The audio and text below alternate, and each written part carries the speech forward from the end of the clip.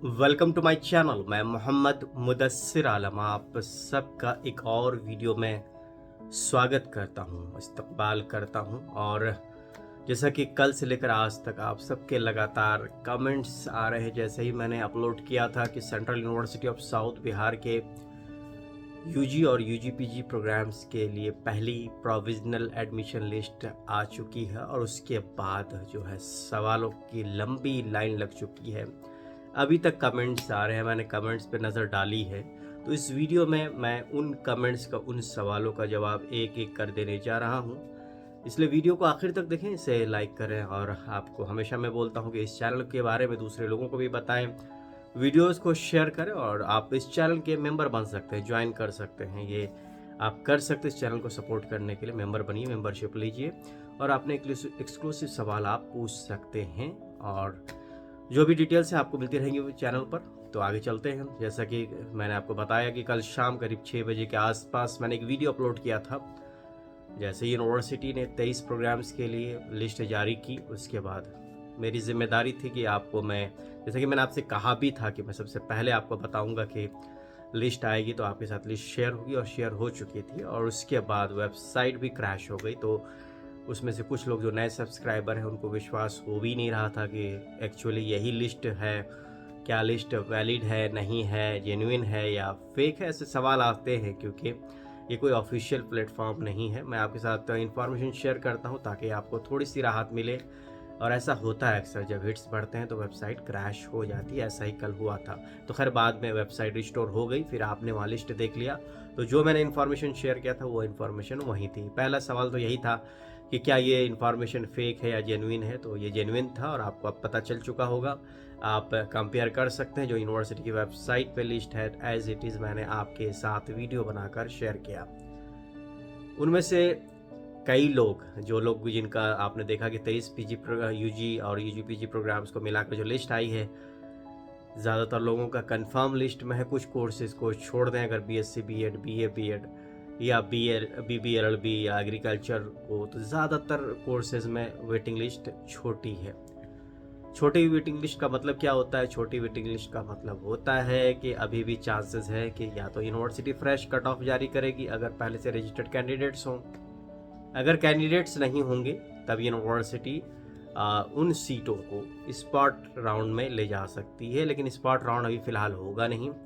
उसके लिए आपको वेट करना पड़ेगा, स्पॉट राउंड अभी नहीं होना है।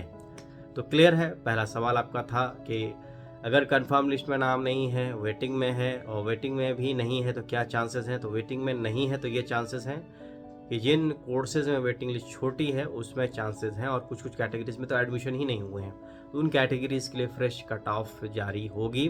अगर पहले से रजिस्टर्ड कैंडिडेट्स नहीं है तब यूनिवर्सिटी उन सीटों को स्पॉट एडमिशन में ले जाएगी। अब दूसरा सवाल, जो लोग वेटिंग लिस्ट में है वो क्या करेंगे?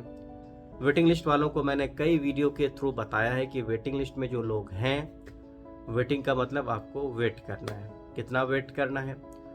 वेट हो सकता है 1 हफ्ते का भी हो सकता है, 2 हफ्ते का भी हो सकता है, क्योंकि यूजी के क्लासेस हैं। मुझे लगता है कि वेटिंग लिस्ट ज़्यादा से ज़्यादा चलेगी 31 अगस्त तक। ये जो वेटिंग लिस्ट एग्जिस्ट कर रही है इसकी वैलिडिटी रहेगी 31 अगस्त तक। यूनिवर्सिटी जैसे ही last date of admission announce करेगी, उसके बाद ये वेटिंग लिस्ट में अगर कुछ लोग रह जाएंगे तो उनका एडमिशन ऑटोमेटिकली कैंसिल हो जाएगा। लेकिन जब तक वेटिंग लिस्ट रहती है, यूनिवर्सिटी विड्रॉ नहीं करती है, तब तक आपके एडमिशन के चांसेस हैं। और ख़ास करके वो लोग जो वेटिंग लिस्ट में, लंबी वेटिंग लिस्ट में शुरू के 10 या 12 लोगों में, 15 लोगों में शामिल, यहाँ तक कि 20 लोगों में शामिल हैं, उनके कन्फर्मेशन के चांसेस हमेशा रहते हैं। इसलिए आप हर बड़ाहट में एडमिशन कैंसिल बिल्कुल मत करवाइएगा, वरना आपको बाद में पछतावा हो सकता है।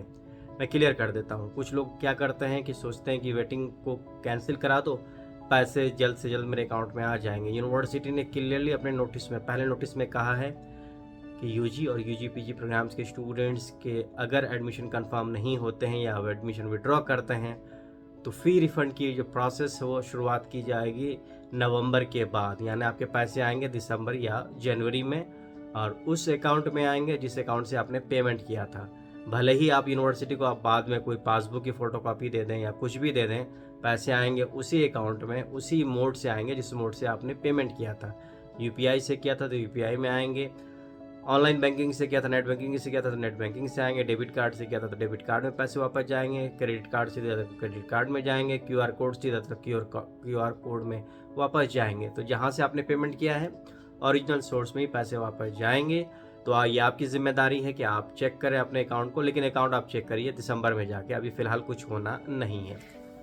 अब बात आती है उन लोगों की जो कन्फर्म लिस्ट में। सबसे पहले आप सबको बहुत बहुत बधाई, बहुत बहुत मुबारकबाद, कंग्रेचुलेशंस कि आपने की जो मेहनत है वो रंग लाई और आपको मौका मिला, यूनिवर्सिटी ने कन्फर्म लिस्ट में एडमिशन दिया है। तो आपने अपना नाम चेक कर लिया होगा और आपने ये भी ऑर्डर चेक किया होगा कि आपका नाम कितने ऑर्डर पे है। तो मैं आपको क्लियर कर देता हूँ कि जैसा कि गवर्नमेंट ऑफ इंडिया रूल होता है, यूआर कैटेगरी में एक कैटेगरी होती है जिसको कि आमतौर पर जनरल कहते हैं, लेकिन वो जनरल कैटेगरी है नहीं, वो अनरिजर्व कैटेगरी है। अनरिजर्व कैटेगरी में कोई भी आ सकता है, उसमें जनरल कैंडिडेट भी आ सकते हैं, ओबीसी भी आ सकते हैं, एससी भी आ सकते हैं, एसटी भी आ सकते हैं या ईडब्ल्यूएस भी आ सकते हैं। ऐसा इसलिए है कि इस कैटेगरी में जिनके भी स्कोर उस यूआर कैटेगरी के स्कोर के बराबर या ज़्यादा होंगे उनको यूआर कैटेगरी में कंसीडर कर लिया जाता है। भले ही आपको यूनिवर्सिटी में जो आपकी सोशल कैटेगरी है, चाहे वो हॉस्टल अलॉटमेंट हो या दूसरे बेनिफिट्स में, आपको अपने कैटेगरी में कंसीडर किया जाएगा। अगर आप ओबीसी से हैं तो ओबीसी से कंसीडर किया जाएगा, आपको एससी हैं एसटी हैं तो आपको उसी कैटेगरी में कंसीडर किया जाएगा, या ईडब्ल्यूएस है तो ईडब्ल्यूएस में कंसीडर किया जाएगा। लेकिन एडमिशन आपको दिया जा रहा है यूआर कैटेगरी में इसलिए दिया जा रहा है क्योंकि आपने यूआर कैटेगरी के बराबर या ज़्यादा स्कोर किए हैं। तो इसमें थोड़ा नुकसान तो यूआर कैटेगरी वालों का होता है, क्योंकि आप देखेंगे लिस्ट में तो बहुत ज़्यादा लोग, कई कोर्सेज में जनरल कैटेगरी के 1 या 2 कैंडिडेट ही हैं, उस कैटेगरी में भी ओबीसी एससी एसटी ईडब्ल्यूएस के कैंडिडेट्स ज़्यादा मार्क्स की वजह से कंसीडर कर लिए गए हैं और उनको डबल बेनिफिट होता है कि उनको अपनी कैटेगरी का भी बेनिफिट मिलता है। वो जिस कैटेगरी से बिलोंग करते हैं वहाँ तो उनकी सीटें रिजर्व हैं ही, उसके अलावा भी ओवर एंड एबव उनको यूआर कैटेगरी में भी जगह मिल जाती है अगर उनके मार्क्स ज़्यादा हैं। तो इसी पे सवाल कुछ लोगों का आ रहा था कि मैं जनरल कैटेगरी से हूँ, सपोज़ मेरा स्कोर 221 है, ठीक है 221 है, लेकिन आपको एडमिशन नहीं देके किसी कम स्कोर वाले को दे दिया गया, या फिर आप वेटिंग में रह गए और आपसे थोड़ा सा ज़्यादा किसी का मार्क्स था, ईडब्ल्यूएस वाले को जनरल में कर दिया गया, आपकी सीट ख़राब कर दी गई। देखिए दोस्त, ऐसा जैसा कि मैंने आपको समझाया कि यूआर कैटेगरी में अगर किसी का भी स्कोर आपसे ज़्यादा होगा तो पहले उनको प्रीफर किया जाएगा, भले ही आप की कैटेगरी का स्कोर ज़्यादा था। जैसे यूआर कैटेगरी का कट ऑफ 292 था और आपका स्कोर रह रहा है 292, लेकिन कोई ईडब्ल्यूएस कैटेगरी का बंदा अगर 293 लाता है तो उनको यूआर कैटेगरी में एडमिशन मिल जाती है और आप रह जाते हैं वेटिंग में। यही जो लॉजिक है, गवर्नमेंट ऑफ इंडिया के जो रूल्स हैं उसके अकॉर्डिंग ही रिजर्वेशन दी जाती है। तो क्लियर है, ये भी क्लियर हो गया आपका। अब कुछ लोग बोल रहे हैं कि डिफेंस कोटा, कुछ लोगों के मार्क्स 105 हैं और जहां last cut off general category की 300 या 200 या 150 गई है, लेकिन 105 वाला भी वहां पे लिस्ट में है और आप वेटिंग में हैं। इसकी वजह यह है कि डिफेंस कोटा का और पीडब्ल्यूडी कोटा का जितने भी कैटेगरीज होती हैं, जैसे यूआर कैटेगरी है या फिर ओबीसी एससी एसटी जिसमें भी है, उनका सुपर न्यूमेरिक कोटा होता है, 5% उनका रिजर्वेशन होता है, चाहे वो आप पीडब्ल्यूडी कैटेगरी से हो या डिफेंस कोटा से हो। इसी वजह से उनके कम स्कोर के बावजूद भी उनको एडमिशन कंफर्म लिस्ट में मिल जाती है और आप वेटिंग में रहते हैं। तो मुझे लगता है कि ये सवाल जो आप लोग पूछ रहे थे लगातार और एक तरह से मजाक भी बना रहे थे कि अरे बिल्कुल गलत हुआ है, हमें वेटिंग में रख दिया गया है, किसी और को कंफर्म कर दिया गया है, इस तरह की बात है, ये कन्फ्यूज़न आपका दूर हो चुका होगा। और लास्ट में आते हैं बात हॉस्टल की।